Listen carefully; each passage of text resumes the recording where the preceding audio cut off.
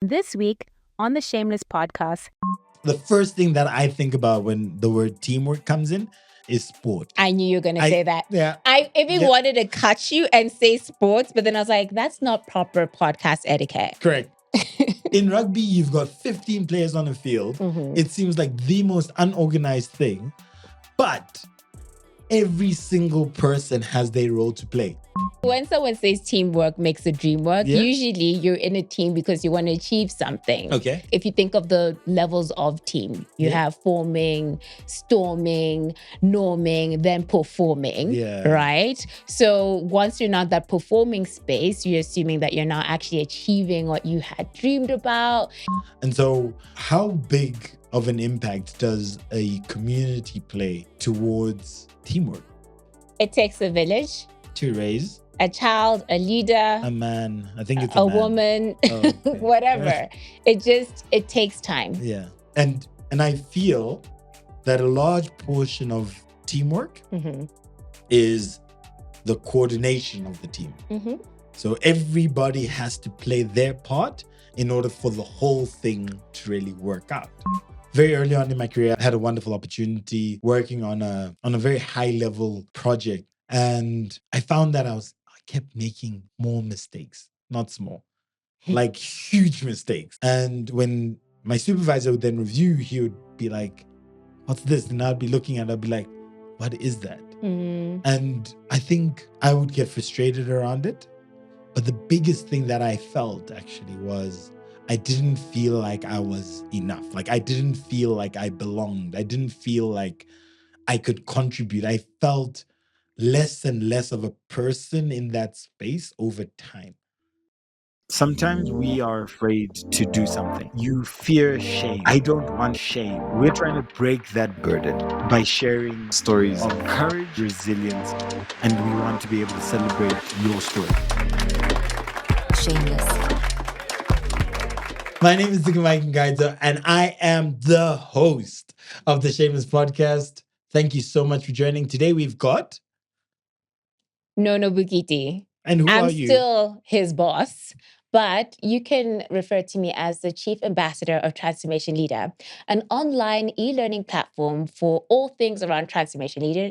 If you want to impact 1 million African lives, please head to www.t4leader.com.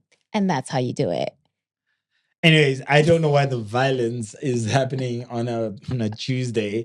Quite frankly, I thought this session was gonna be about teamwork. So I thought we were gonna be literally helping. This is not teamwork. This is what this is violence. And I'm like, wait, what? Also, this is how you do it. I can do that. Okay, I'm ready. You can end it that way. We'll do it later. So when we end, I'll be looking at you like this. No problem. I'll do it. I'll put you night. So at the end of the day, today, we'll be talking about teamwork makes the dream work. Right? Yes. And what does that mean to you? In my context, it makes my entrepreneur dream work. Oh, is it? Yes. So what? Wait, explain. I don't understand what you mean. So when someone says teamwork makes the dream work, usually you're in a team because you want to achieve something. Okay. So if you are doing it well, if you think of the levels of team, you have forming, storming, norming, then performing, right? So once you're not that performing space, you're assuming that you're not actually achieving what you had dreamed about. You're now on Forbes, you're making millions of dollars, you're able to buy your whole village cars. I don't know what your dream is, but that's pretty much where you're trying to get to. So that's the first thing that I think about when the word teamwork comes in is sport. I knew you were going to say that. Yeah. I even wanted to cut you and say sports, but then I was like, that's not proper podcast etiquette. Correct. And I'm glad that you have come to the party. I'm demure. Yeah, very demure. But I think about sport and I'll use the example of, let's say, rugby. Just knew it. Of rugby, because in rugby, you've got 15 players on the field. It seems like the most unorganized thing, but every single person has their role to play. And I can recall so vividly, like, I had a coach and I was playing a certain position, and he said I should do something that didn't seem like right. Like, not right, but like I was a eighth man, and he wanted me to bind slightly differently. So he wanted me to like assemble myself on the team slightly differently. And I was like, I don't think this guy knows what he's talking about. And it didn't make sense to me. So I kept like not trusting, and I kept reverting back. But what that then meant was that the rest of the plays that then followed were off center because I was not in the place that I was supposed to be. And it's only after I watched like the Springboks doing the same thing that my coach was telling me did I go, oh, so that's what he was trying to show me. And I feel that a large portion of teamwork is the coordination of the team. So everybody has to play their part in order for the whole thing to really work out. And in my mind, it's only sport that really epitomizes the true essence of... I don't know about that, but I do think that there's something that transcends sports and even other facets of industry that require teamwork, which is trust. Because you didn't trust your coach, so you didn't perform your role. And because that actually had a negative ripple effect in your team. Because even if you think of like the creative spaces, if you are putting on a play, you have things like the like stage. Romeo and Juliet. Yes, like Romeo and Juliet, a stage play, a theater play. You have the stage manager, you have the director. Sorry.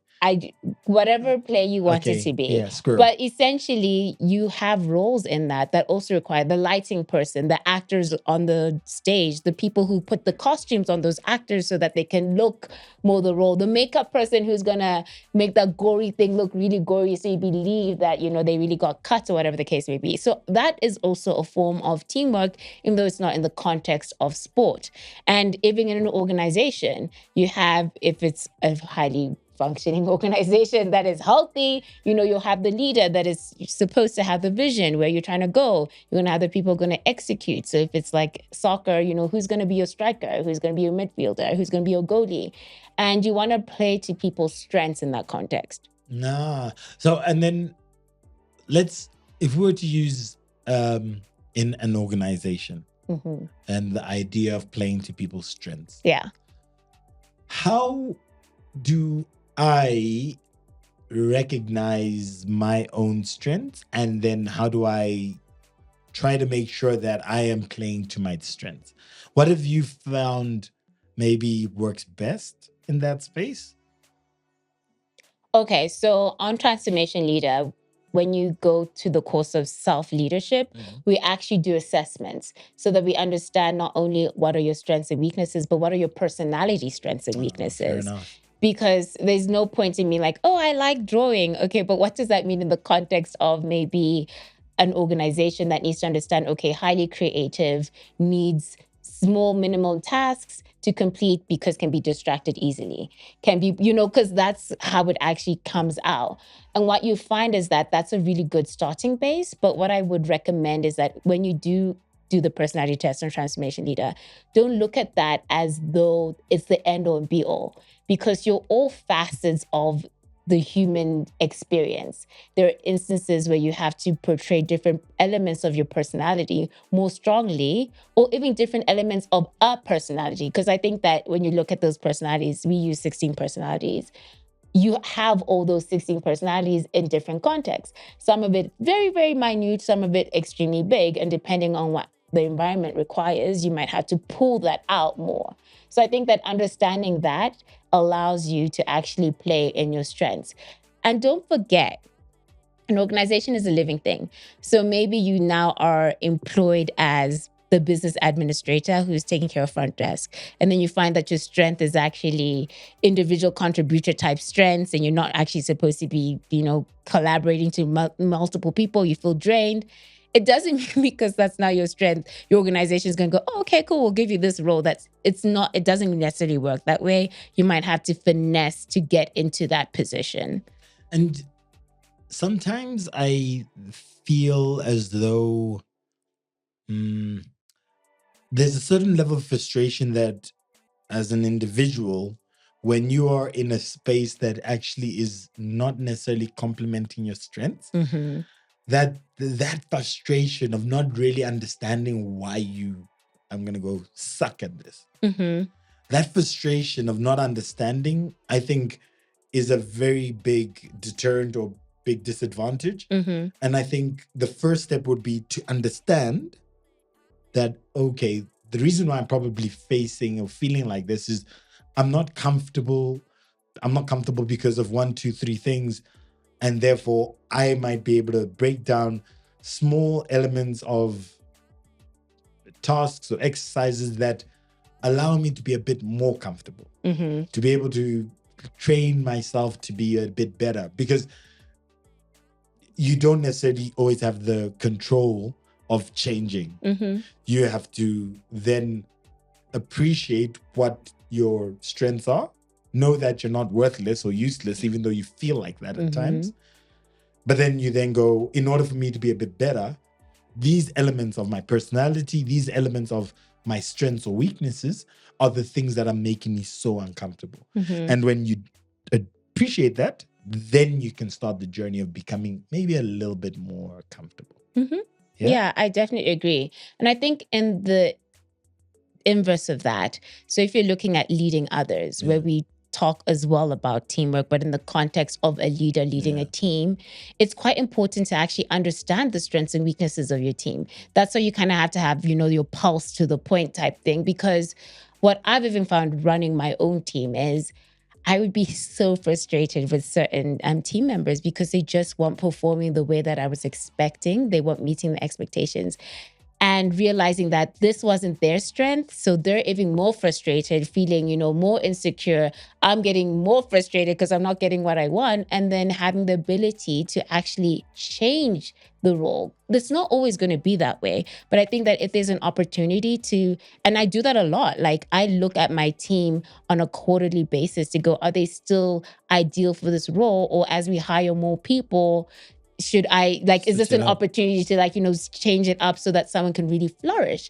And what I have found is that once that person is in a role that they are actually good at, they are performing amazingly. And I'm also happy. So the stress that we were both feeling, the employee feeling, me as an employer feeling, just reduces. And that's actually very interesting, because sometimes when you look upwards in terms of the work hierarchy, it is easy to think that the superior or the supervisor does not necessarily feel a certain level of discomfort and or frustration as well.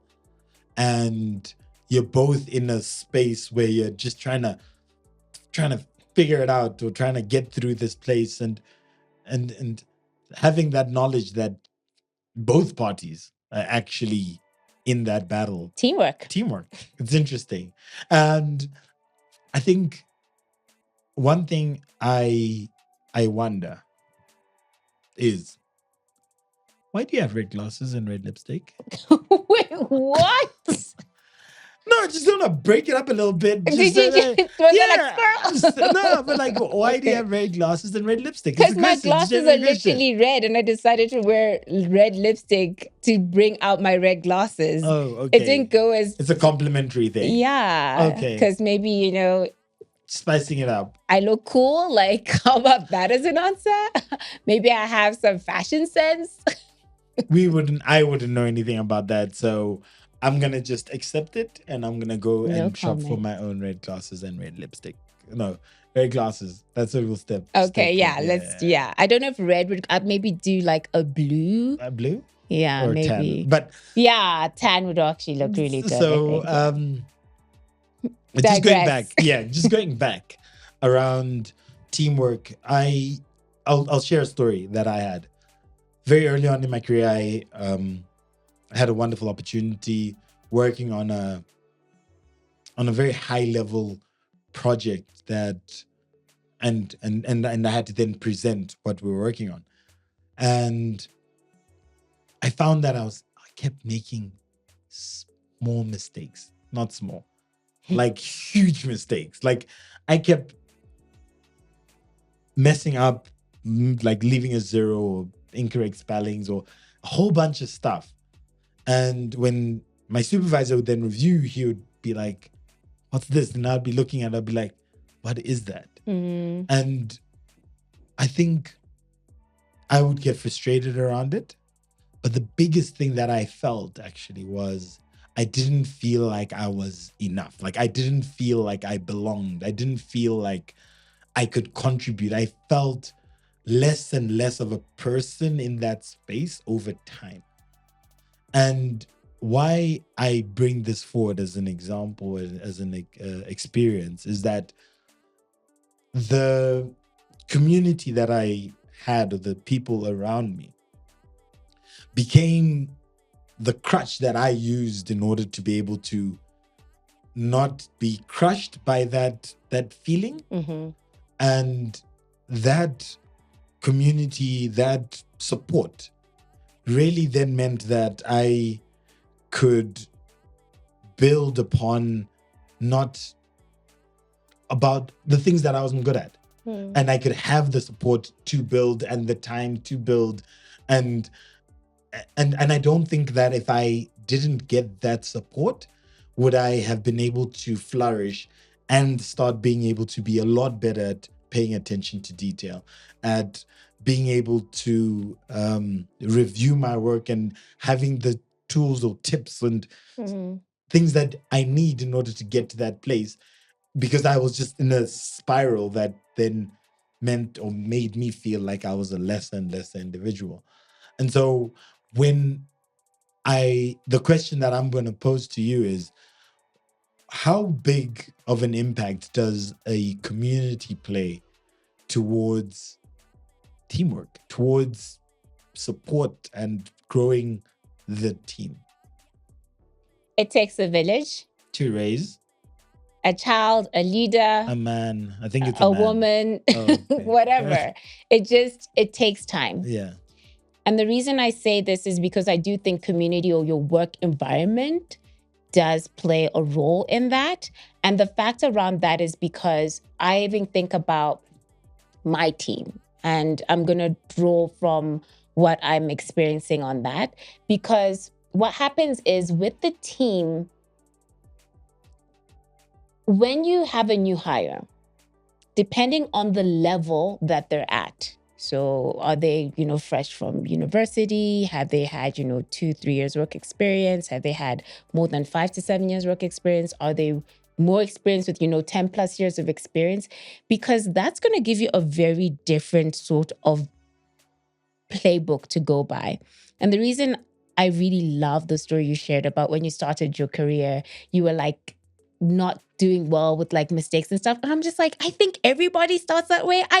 Maybe the few geniuses out there that, the first presentation that they presented was amazing. I was someone who taught my master's class, like the professors at the University of Manchester asked me to present to my colleagues about how do you do presentations. First job I get out of university is working at Accenture at the UK. And obviously I'm so cocky because I know I can do presentations. And my boss was like, what is this? And I remember going like, what is this? Like, what do you mean, what is this? But it's because you had to start from somewhere. And even if you think you're like the MVP in one environment, you might end up starting from the bottom. And I think that having really good leaders is really important because that also forms your community, but also having colleagues that can like give you suggestions. Hey, this is what I've looked at. This is what I've seen has worked. And the reason I say that is because as a leader, if you're now like leading teams, you are looking at, well, how can I create an environment that says, hey, it's okay that you've made this mistake, but what are we going to do so that this mistake doesn't happen again? What tricks and tips can we leverage to make sure that we're using Grammarly to check our spelling? Because we're now in the 21st century. And when we were in school, we didn't have Grammarly. Well, just standard spell check on Word. Too. Standard spell check on Word works as well. But how can you leverage some of these tools that are already there to make your work a little bit more cleaner? And sometimes you have to be patient. It just takes time.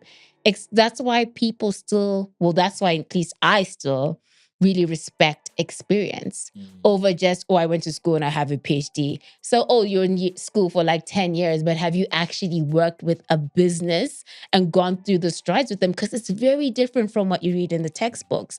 Like, you'll find that 50% of the stuff you read in the textbook, we ain't even doing, because we're here to take something to the market and take it quickly, efficiently, low cost. And they don't care that the PMP rule book for project management says you need to plan it. They're like, we're doing it. We're planning and going as the same. Flying the ship as we build it, yeah. I think that it's very important to be patient with yourself. Yeah.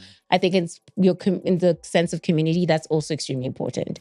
Leaders as well as colleagues. And the thing for me is I genuinely don't believe that I would have gotten to where I am or been able to grow if it wasn't for those people, because it is a crushing feeling to not be essentially good. And even as you go and you're doing something new, which is what I'm also doing, whether it's this podcast, whether it's my day-to-day, whatever it is, that fear, that part where you're learning, that discomfort, I believe that the first part is your mindset, the things that you tell yourself. Yeah. But then it's also about how other people around you also either extenuate that or support. Yeah. And whether you're on the supporting side or whether you're the one in the experience, in the matrix, I think those are the two things that are very cardinal, important, vital.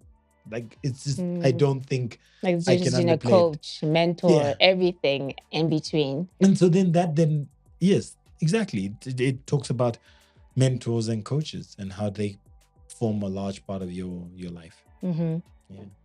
So in terms of teamwork, right? What if you find yourself in a situation where you don't necessarily enjoy teamwork? What techniques can you actually leverage to try and make it more manageable? So I think that if you don't enjoy teamwork, I don't think you're strange. I don't think that's not common.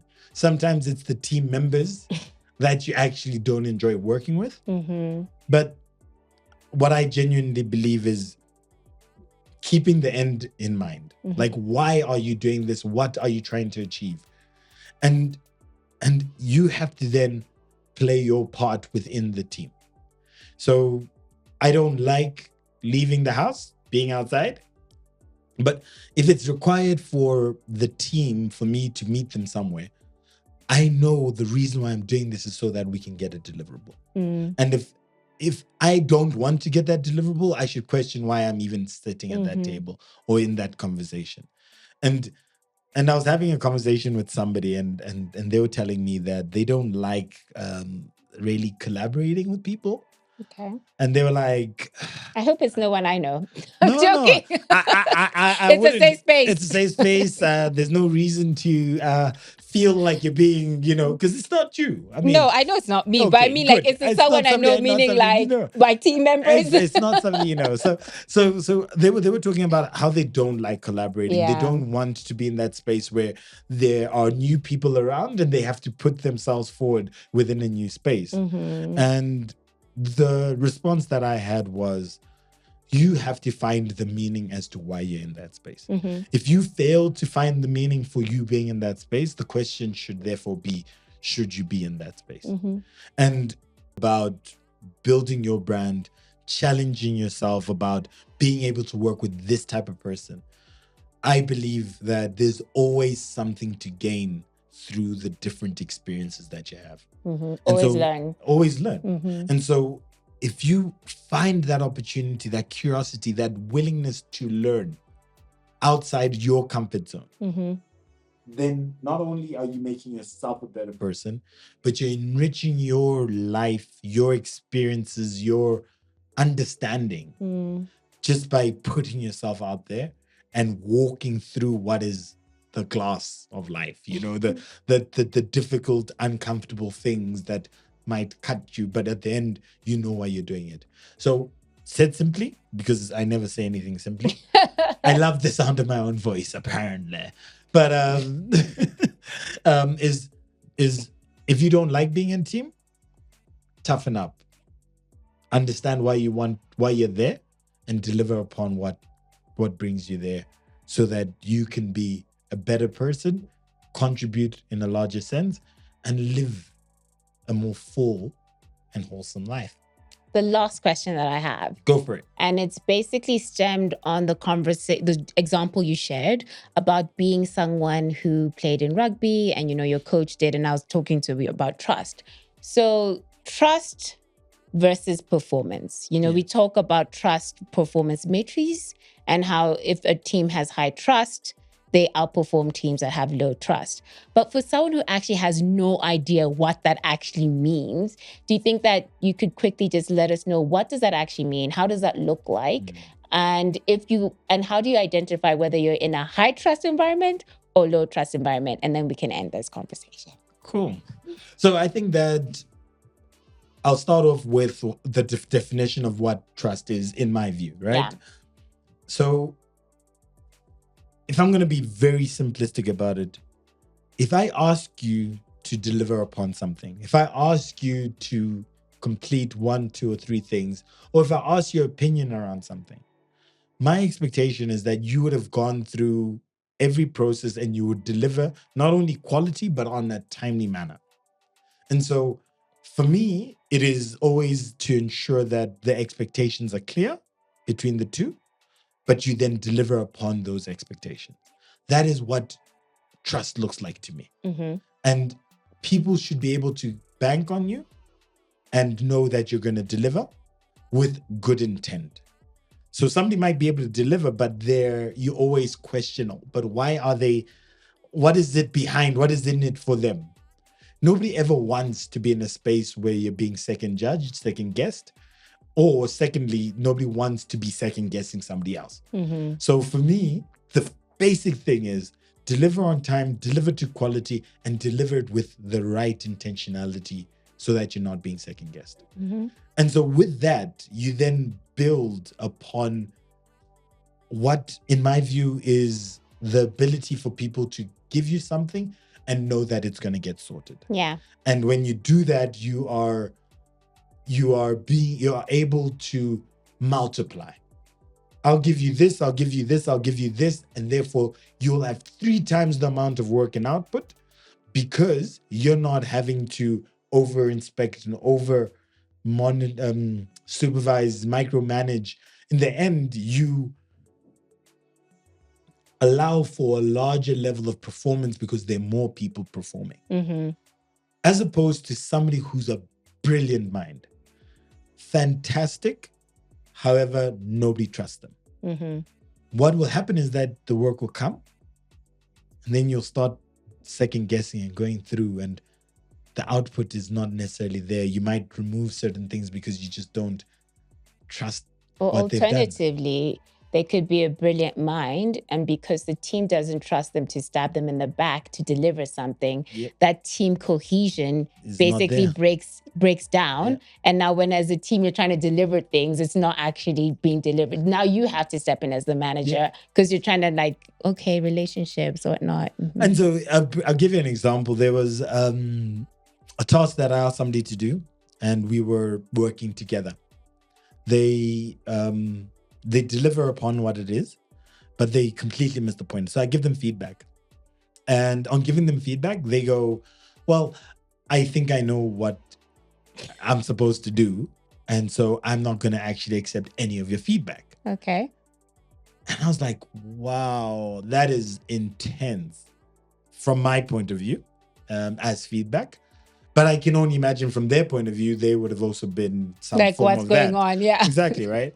And so what ended up happening is that person then sent the work.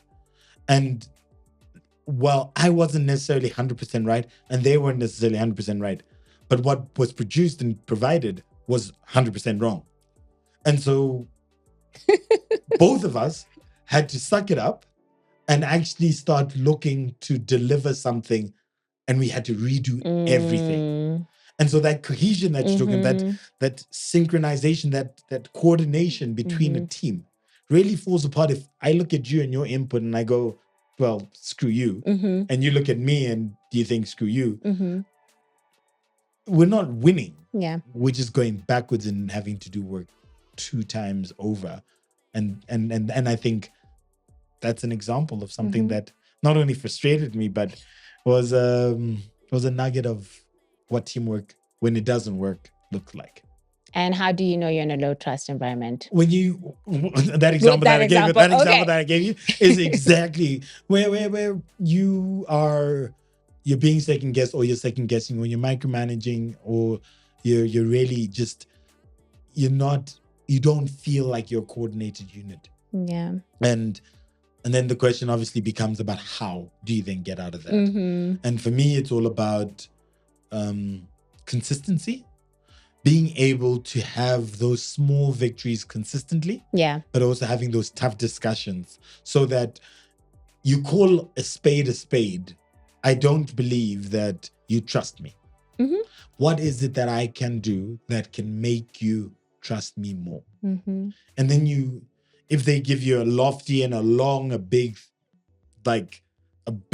task, say, look, can we break that down? And I'm going to work consistently over X period of time to be able to show you that I am able to, or I require these tools in order for me to be able to get to that point. Yeah. So those are the 2 things that I think would be fantastic to build that trust from a low trust team. Okay, so you now need to end the podcast, and you said that you could do better than me, so I'm watching. There you go. So I'm going to look into the camera. I'm going to turn on my radio voice. Better cough. Yeah, we're just clearing it up. Ladies and gentlemen, boys and girls, thank you so much for joining us today on the Shameless Podcast. My name is Dzikamai Gangaidzo. We've had a fantastic episode with Nono Bokete talking about teamwork and what it means to be in a high trust team.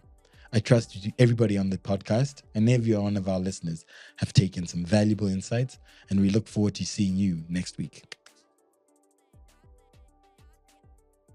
This podcast is brought to you by Transformation Leader. You can follow us at www.t4leader.com.